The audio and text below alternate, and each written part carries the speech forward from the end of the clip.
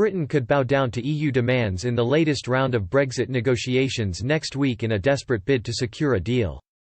UK chief negotiator David Frost said Britain's assessment is that a Brexit agreement can be reached with the European Union in September ahead of the round of negotiations with his EU counterpart Michel Barnier next week. Mr. Frost added, "As we keep saying, we are not looking for a special or unique agreement. We want to deal with, at its core, an FTA like those the EU has agreed with other friendly countries, like Canada. The UK's sovereignty, over our laws, our courts, or our fishing waters, is of course not up for discussion, and we will not accept anything which compromises it, just as we aren't looking for anything which threatens the integrity of the EU's single market."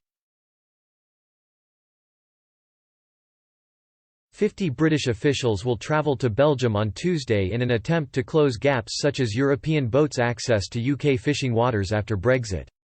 An EU source close to the negotiations said that both sides moved closer together, but we see this round as laying the foundations for future breakthroughs. Describing the negotiations, the source added, "Imagine two fencers sizing each other out or two fighters shadow boxing before the real engagement begins." Another EU source added that this round was about building confidence and seeing how we can build towards the final compromise in later rounds. Deadlocks also still remain on the level playing field guarantees, including state aid, which is seen as a tight issue in Brexit negotiations.